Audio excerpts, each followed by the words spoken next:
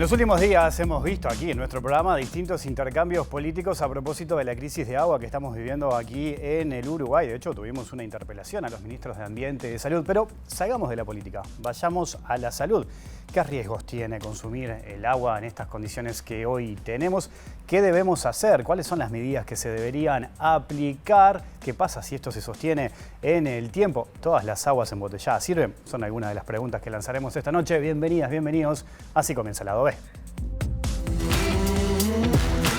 En América Latina, según los números internacionales de la OMS, se consume aproximadamente 10 gramos de cloruro de sodio, de sal de mesa, por persona, lo que sería aproximadamente 5 gramos o 5.000 mililitros de sodio puro. Eso no es lo recomendable. Lo recomendable, y todos sabemos que siempre los médicos recomiendan comer menos sal. Lo recomendable serían 3.500 más o menos gramos por persona. Bien, y para los hipertensos 1.500. O sea que estamos hablando de cifras habituales de 5.000 gramos, bien, que es lo que consume la población habitual, hasta un mínimo de 1.500 gramos, que es lo que deberían consumir los hipertensos.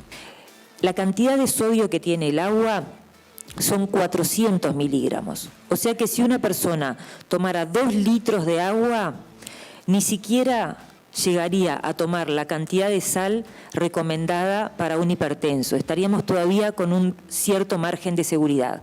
¿Qué cosas podríamos hacer para que, aumentando el nivel de sal en el agua, igual continuemos consumiendo la sal que se recomienda? Una de las cosas puede ser bajar el consumo de sal en otros alimentos, por ejemplo, comer pan sin sal, galletas sin sal, es decir, extremar a aquellas personas vulnerables que son hipertensos, insuficientes cardíacos, insuficientes renales, extremar el consumo de sal en otros alimentos que no sean el agua. Bueno, este tema estaremos hablando hoy en Lado B, aquí en la pantalla de TV Ciudad, con dos destacados profesionales de la salud. Vamos a hablar de este tema con una mirada desde la salud. En primera instancia, saludo a Miriam de León, que es directora de la Escuela de Nutrición. Miriam, un gusto recibirte en Lado B. Bienvenida, ¿cómo estás? Hola, mucho gusto. Bueno, tenés a tu izquierda a Julio Pontet, que estamos hablando, director de Unidad de Cuidados Intensivos del Hospital Pasteur y Departamento de Calidad del CASMU. Julio, gusto recibirte también en Lado B. ¿Cómo andás? Estar acá.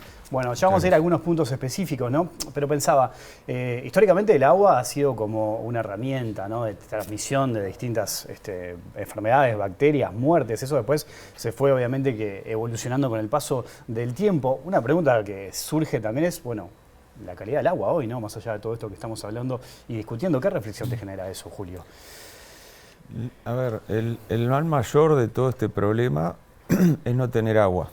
Más allá de la composición, hay un tema de cantidad y volumen de agua, que es el mayor problema de todos, porque el mal mayor es el que superamos en las décadas, digamos, del progreso, que era no tener agua, como pasaba décadas atrás, principios del siglo XX, sin ir muy lejos, que la falta de agua corriente generaba que el agua fuera vector de enfermedades, y la falta de cloración del agua, es decir, de no tener agua potable, el agua era vector de enfermedades infecciosas, ¿no?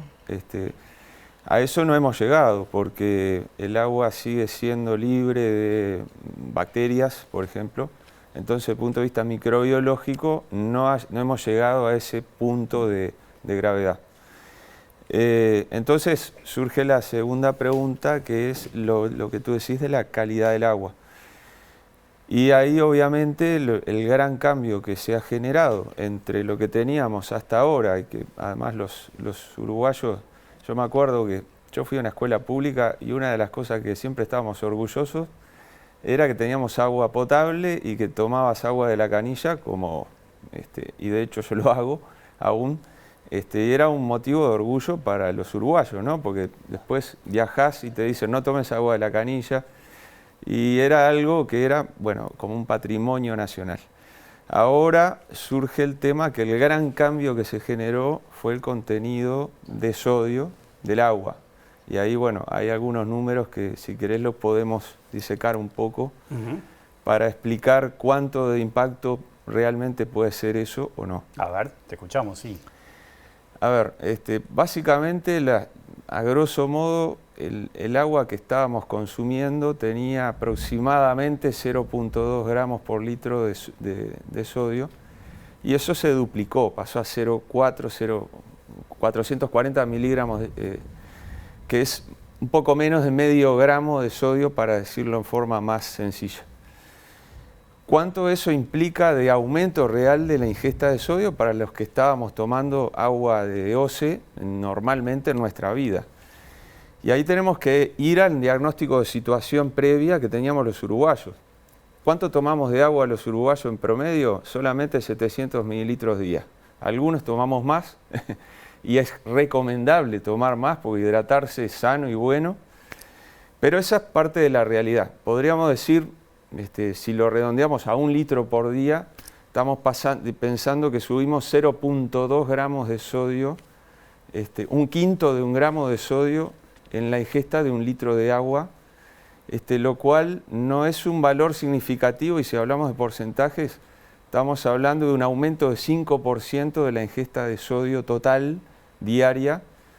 ¿Por qué? Porque la mayor parte de la ingesta diaria de sodio, y eso según los autores anda en un 80%, 70%, según las dietas, para la uruguaya anda en un 80%, es por ingestas sólidas, no es por el agua, es por lo que comemos. Entonces, ¿cuál es el tema? Que estábamos mal con la ingesta de sodio. Y claro, acá hay una gotita más que viene como a empeorar las cosas, porque ya estábamos por encima, como escuchamos la ministra, estábamos por encima de la ingesta de sodio recomendada. La ingesta de sodio recomendada es menos de 2 gramos día, y nosotros andamos en Uruguay en 3,3 gramos día de sodio ya antes de todo esto. Entonces, ¿cuál es el tema de la dimensión real de esto? Que nos aumenta la ingesta de sodio 5 a 10% de lo que ya veníamos, que veníamos mal porque tenemos, por nuestros hábitos alimenticios, una ingesta de sodio elevada. Después podemos, a nivel salud, disgregarnos a algún subgrupo de pacientes. O sea, el primer mensaje, para el común de las personas sin patologías, esto no implica un problema, más allá de que no te guste el agua, que el sabor haya cambiado y uno diga, bueno, no quiero tomar esta agua. Para las personas hipertensas, ¿cuál es el tema? El tema es que cuando el hipertenso reduce el consumo de sodio y realmente empieza a cumplir una dieta hiposódica que todos los médicos le mandamos a los hipertensos, eso genera un beneficio de un 5 a 10% en el descenso de la presión arterial, es decir, 5 milímetros, perdón. Entonces, es un beneficio modesto. Nosotros tenemos que recomendar bajar el contenido de sodio, pero en realidad el triple de beneficio se da si la persona baja de peso, por ejemplo, y evita una vida sedentaria. Entonces, ¿cuántos números? Si tú bajas 5% tu peso corporal, es el triple de beneficio que bajar el contenido de sodio de la ingesta. Y eso lo tenemos que saber. ¿Por qué? Y ahí otra vez vamos a dimensionar el problema. Porque las 3/4 partes de los hombres uruguayos tienen sobrepeso, obesidad, y porque 2/3 de las mujeres tienen sobrepeso, obesidad. Entonces, cuando hablamos desde el punto de vista de la salud y la ingesta de sodio, tenemos que necesariamente hablar de nutrición, por eso tenemos acá la colega, pero ese es el verdadero impacto, ¿no? Ahí me das el centro para ir a hablar con Miriam y para escuchar. Están conectados, hay como un guión acá establecido. No. Miriam, precisamente desde la nutrición, ¿no? ¿Dónde está puesto el foco? ¿Cuál es la preocupación a partir de lo que decía Julio también? Sí, yo mientras escuchaba a Julio pensaba también de que si partimos de que un adulto, ¿no? Porque esto lo estamos hablando en un promedio de adultos, después hablemos de niños, pero en adultos, con los hábitos que tenemos la población uruguaya, estamos hablando de que está incrementando el consumo de sodio en un valor que desconocemos concretamente, ¿verdad? Y que aumenta el riesgo de todo esto que estaba hablando Julio, ¿no? Entonces, desde el punto de vista de lo que tiene que ver con la salud, y que no lo podemos desmembrar solamente en los aspectos biológicos, esta situación consideramos que es una situación crítica, ¿Por qué? Porque estamos pensando en que un alimento primero, ¿no? Como el agua, con los beneficios y la importancia del agua, y también el sodio, que hoy lo consideramos mal, ahí, y bueno, en el abordaje del paciente crítico ni que hablar, es un mineral súper importante para determinadas reacciones celulares. No es que exentos de sodio, pero en cantidades determinadas. Este manejo de estas cantidades que desconocemos, estamos por encima, o sea, estamos en un exceso de las cantidades necesarias. Entonces ahí ya hay un gran problema. Para la población general, en realidad, para este análisis que bien hizo Julio con respecto a la ingesta y lo que consumimos, deberían retirar y no consumir más alimentos que tienen agregado de sodio, que tienen agregado de sal, ¿sí? Para aproximadamente reducir el riesgo de enfermedades asociadas, enfermedades cardiovasculares principalmente. La obesidad está asociada a esta situación. La hipertensión, si bien tenemos un porcentaje bastante importante de personas hipertensas en nuestro país, y no solo adultos, también niños y niñas, eso hace que también hay un porcentaje de personas que desconocemos si son hipertensas. Y eso es mayor el problema, porque yo puedo creer que no soy hipertensa, no me cuido o me cuido relativamente, y puedo debutar ¿cuándo? No lo sabemos. El otro día justamente hablábamos de cuál es el impacto de esto, y en realidad no hay evidencias qué puede pasar si este consumo que no podemos controlar de sodio se hace a largo plazo, ¿no?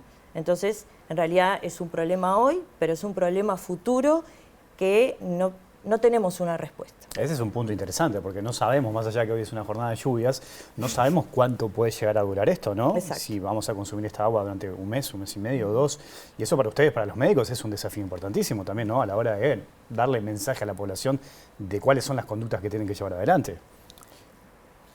Sí, por ahí, con respecto, en esto que mencionábamos, que no solo los adultos, sino también los niños. En el caso de los niños, los requerimientos de sodio son mucho menores a los que se manifestaban, los que estábamos mencionando ahora. Entonces ahí hay una población en riesgo realmente. Un niño de 0 a 6 meses, el requerimiento de sodio son 120 miligramos por día. Y sin duda, si ese bebé amamanta, es una cosa, porque va a tener la leche de su madre. Pero si hay que hacerle una fórmula, estamos triplicando, si usamos agua de OCE, estamos triplicando el sodio que le estamos dando a un niño de esa edad.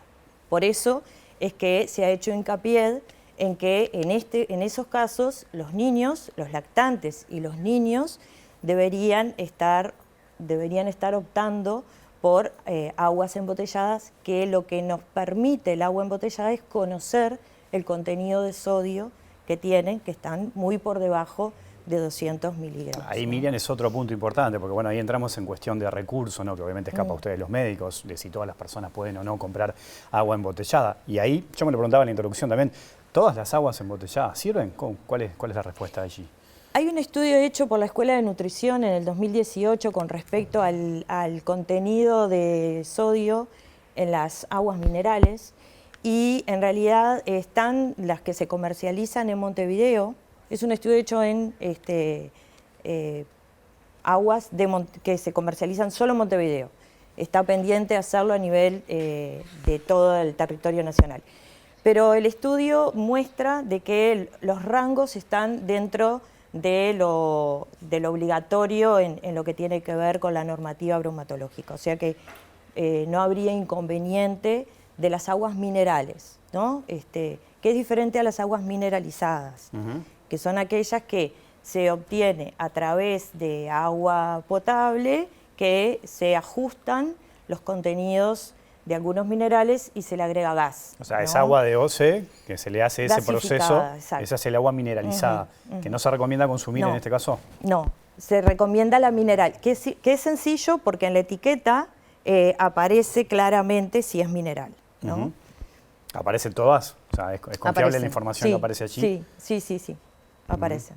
Entonces esas serían, volvemos a lo mismo, la necesidad de buscar estrategias en esta situación que entendemos que es crítica, que estamos en una situación de una crisis socioambiental, porque en realidad en este momento le estamos pidiendo a las personas que compren agua para resolver estos problemas, ¿no? Entonces, que compren agua con estas características que son las que se comercializan en nuestro país. La entrada de nuevas marcas habría que chequear que estén dentro de la normativa que se exige, ¿no? Ahora voy a ir con Julio también para desarrollar en algunos aspectos, pero es interesante eso que mencionás, porque implica un montón de controles, de cuidados sobre las nuevas aguas que van a llegar. El etiquetado me lleva a pensar en el etiquetado de alimentos también, ¿no? No solo en el agua, sino a nivel general de tener ese control y si tenemos ese control a la hora de consumir y otro tipo de recomendaciones que suelen o que pueden aparecer a partir de esta situación, ¿no? Sí, exacto. El tema del etiquetado es fundamental, el manejo y la educación a la población, porque en realidad los octógonos lo que nos ayuda es advertirle a la población que están excedidos esos alimentos en sodio o en grasa o en azúcar, ¿no? La decisión es de la persona. Nosotros como trabajadores de la salud lo que hacemos es orientar y educar a la población con respecto a cuáles serían los efectos del consumo de esos alimentos con exceso, en este caso de sodio, ¿no? Hoy, Julio, hablábamos de los riesgos de esto si se mantiene, ¿no? Hoy pasaste ahí en tu primera respuesta, mencionaste otros aspectos más allá del tema del agua, ¿no? La obesidad, la hipertensión, los problemas cardiovasculares. ¿Pensás que esta situación servirá como para, bueno, llamar la atención un poquito de todo esto que estamos hablando, para poner el foco en estas medidas pensando también en el futuro y en la salud de la población? Lo primero, lo que decía la colega, que nosotros estamos en el límite, un poco por encima. Hay unas recomendaciones de la Organización Mundial de la Salud sobre aspectos regulatorios de la calidad del agua. Creo que la última actualización es de hace un par de años. Y ahí establece como límite superior el 0.4, famoso 0.4 gramos de sodio por litro de agua. O sea que andamos ahí, digamos, en el tope. Entonces, una reflexión más sería que esto no empeore, porque ya estamos en el tope de lo recomendado por la OMS, que lo que hace en realidad es jugar en el equilibrio de riesgos entre el tener agua y la calidad del agua, ¿no? Entonces, cuando uno se pone muy exigente con la calidad del agua, corre riesgo de no tenerla. Entonces, y la OMS obviamente lo hace a nivel general para todos los países, y algunos países que están en condiciones peores a la nuestra en cuanto a acceso al agua potable. El tema del mantenimiento, yo creo que lo más importante es que pone sobre la mesa una realidad muy uruguaya, que es ya la ingesta de sodio por encima de lo recomendado para todos, ¿no? Y como escuchábamos recién, la cantidad de hipertensos no diagnosticados que tenemos, y que por lo tanto, ¿por qué importa todo esto? Porque hay que ir al origen. El origen es que enfermedades no transmisibles como los factores de riesgo, incluyendo la hipertensión arterial y la obesidad, si le agregamos tabaquismo y dislipemia, son responsables del 70 y pico % de las muertes, y son responsables de la mayoría y las primeras causas de años de vida perdidos o de años de vida de discapacidad, personas jóvenes, años de vida de discapacidad por eventos cardiovasculares o neurológicos graves, ¿no? Infarto cerebral, infarto de miocardio y otros eventos. Entonces, que a veces son el primer evento clínico evidente en una persona que no sabía que era hipertensa, por ejemplo. Entonces, esto pone sobre la mesa que de repente en el largo plazo estimular a que haya políticas de Estado para esto, programas educativos, y que esto se ponga como una estrategia de salud que supere las instituciones, ¿no? Por decirlo de alguna manera. 37% de la población es hipertensa, y me quedo con lo que decían ustedes dos. Hay un montón que no sabe, ¿no? Quizás ese porcentaje puede llegar a aumentar. No sé si capaz que la mitad de la población, pero es un riesgo muy grande que tenemos. Y poner el foco en la educación también en los niños, ¿no? A partir de lo que hablábamos recién de las cifras que tenemos. Ahí yo te hago un apunte con los niños, porque es un tema cultural que tenemos nosotros. Yo tengo una hija pequeña, la llevo a un cumpleaños, y en la mesa hay papa frita, chisito, refrescos, gaseosas, y no veo mucha alimentación saludable.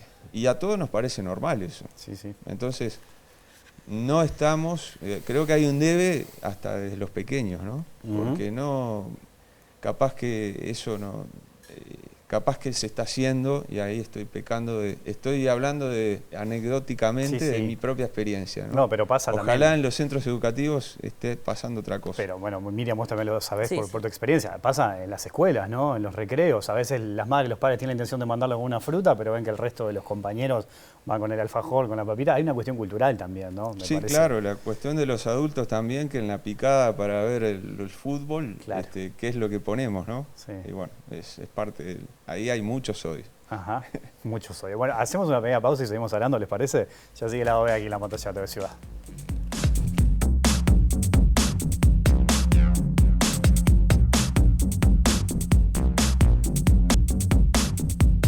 Seguimos aquí en el lado B, en la pantalla de TV Ciudad, conversando con Miriam de León y Julio Pontet, dos destacados profesionales de la salud, a propósito de esta situación que estamos viviendo del agua potable. Le pregunto a los dos, ¿no? Si nosotros, con esta agua, dejamos de lado el sabor, si nos gusta o no, tomamos esta agua durante un mes y medio, ¿nos pasa algo? A nosotros tres. A mí no, pero me creo sano, digamos. ¿Por qué no? A ver. Porque el cambio de lo que hablamos hoy, ¿cuál es la variable de cambio entre lo que pasaba, por ejemplo, por decirlo de alguna manera, el año pasado y lo que tenemos ahora? La variable de cambio son 0,2 gramos de sodio por litro. Si yo tomo 1,5 litros, tú dijiste, estamos hablando de 0,3 gramos de sodio de incremento respecto a lo que tenía antes.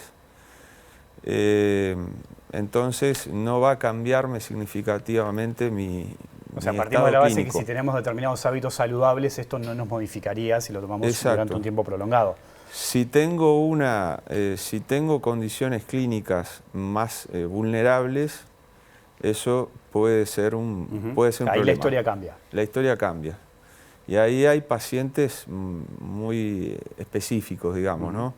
Pacientes con insuficiencia cardíaca avanzada, donde la ingesta de agua es controlada, y pacientes, por ejemplo, con insuficiencia renal crónica, particularmente los que no orinan. Hay pacientes que no tienen diuresis y que están, por ejemplo, en plan de diálisis crónica. Entonces, ¿cuál es el tema, digamos, protector de eso? Que esos pacientes ya vienen con mucho seguimiento médico y habitualmente no ingieren más de 1 litro de agua porque por volumen no está recomendado.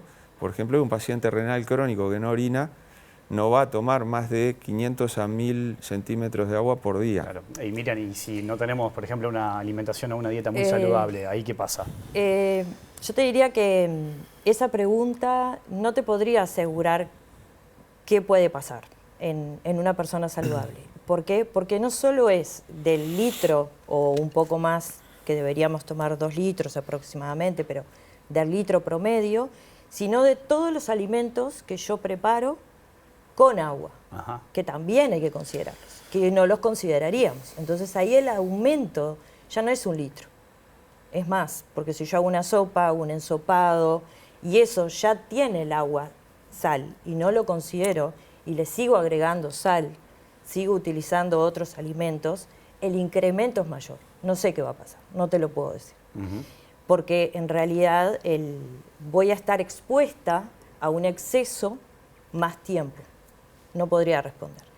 En el caso de las personas que están con patologías, en realidad yo te diría que todos y todas deberíamos en estos momentos hacer algunas medidas. Por ejemplo, y que están recomendadas por algunos grupos, inclusive en la Escuela de Nutrición elaboramos un comunicado. Por ejemplo, no adicionar con sal las preparaciones que yo estoy elaborando, que ya le estoy agregando agua. Entonces ese agregado de sal lo estoy haciendo. Eso es una estrategia. En algunos lugares aparece de que reutilicemos, por esto que hacía referencia Julio con respecto a que tampoco, no solamente es el contenido de sodio del agua, sino la cantidad de agua y qué va a pasar, reutilicemos las aguas que utilizamos para elaborar los alimentos, por ejemplo, cuando hervimos arroz, cuando hervimos pasta, pero esa agua, que puede ser una buena estrategia, pero no para consumirla, no para elaborar alimentos nuevamente. Sí, por ejemplo, para fregar, claro, para lavar la loza, para tirarla en el baño.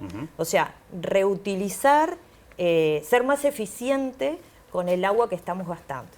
Esa es otra estrategia. En esto que yo hoy hablaba, claro, de una crisis social ambiental, ¿no? O sea, no es solamente si yo le agrego sal, sino también todas las otras acciones.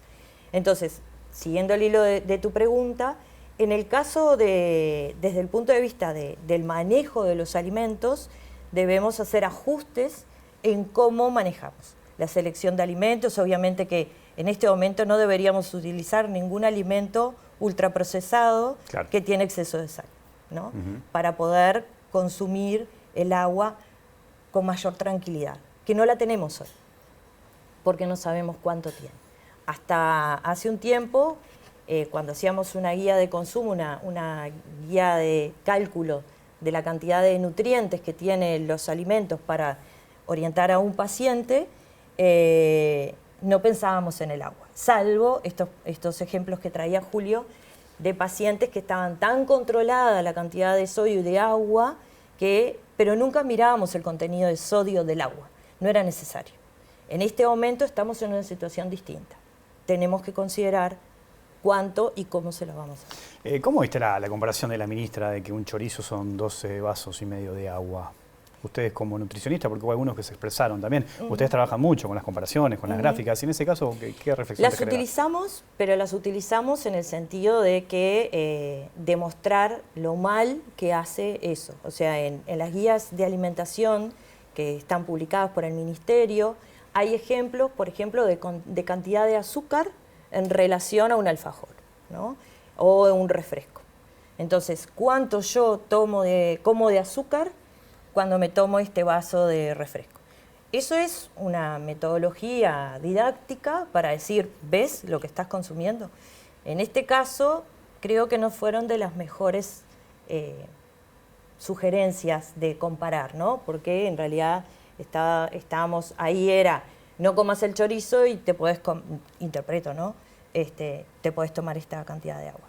Quizás no es de la mejor manera didáctica que le podamos transmitir a la población en la situación que estamos, en esto de tomar decisiones como individuos, pero también teniendo las garantías para que en la forma que yo elijo tenga ese respaldo que me tiene que dar el Estado por un tema de derecho a la alimentación y un derecho al agua, ¿no? Pensaba, Julio, que obviamente que hidratarse es bueno, ¿no? Por todo esto que estamos hablando, y pensaba en los adultos mayores, ¿no? Que es importante y que quizás con esto lleve a que esas personas o esa franja consuma menos agua que la habitual. Eso puede llegar a ser una complicación también, pensando en el futuro, ¿no? Sí, la hidratación como concepto general, obviamente que es algo recomendable. Entonces, justamente ahí, en realidad, ese es uno de los focos de preocupación de la calidad del agua, porque no deberíamos ingerir menos agua, o sea, la solución a este problema no es tomar menos agua, claro.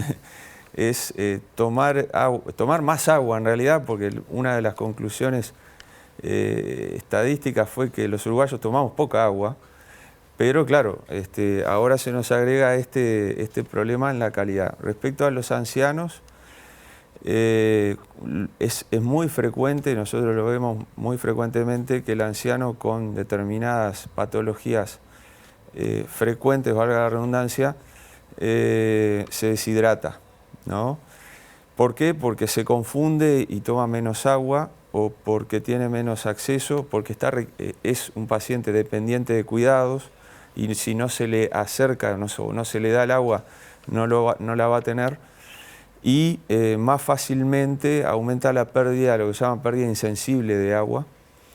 Por ejemplo, cuando un anciano tiene una infección. Entonces, es común que veamos un paciente que está confuso, deshidratado y, por ejemplo, cursando una infección, y es todo un combo de un síndrome geriátrico, digamos, que es bastante común, y por tanto el mensaje no es tome menos agua. Eso es una de las conclusiones que tenemos que sacar de todo esto, ¿no? Julio, mira, les agradezco muchísimo su visita esta noche aquí al lado B por sus respuestas. A las Muchas órdenes. gracias. Hasta la próxima. Nosotros nos vamos, volvemos mañana en vivo después de las 20 horas. Que pasen bien, chao.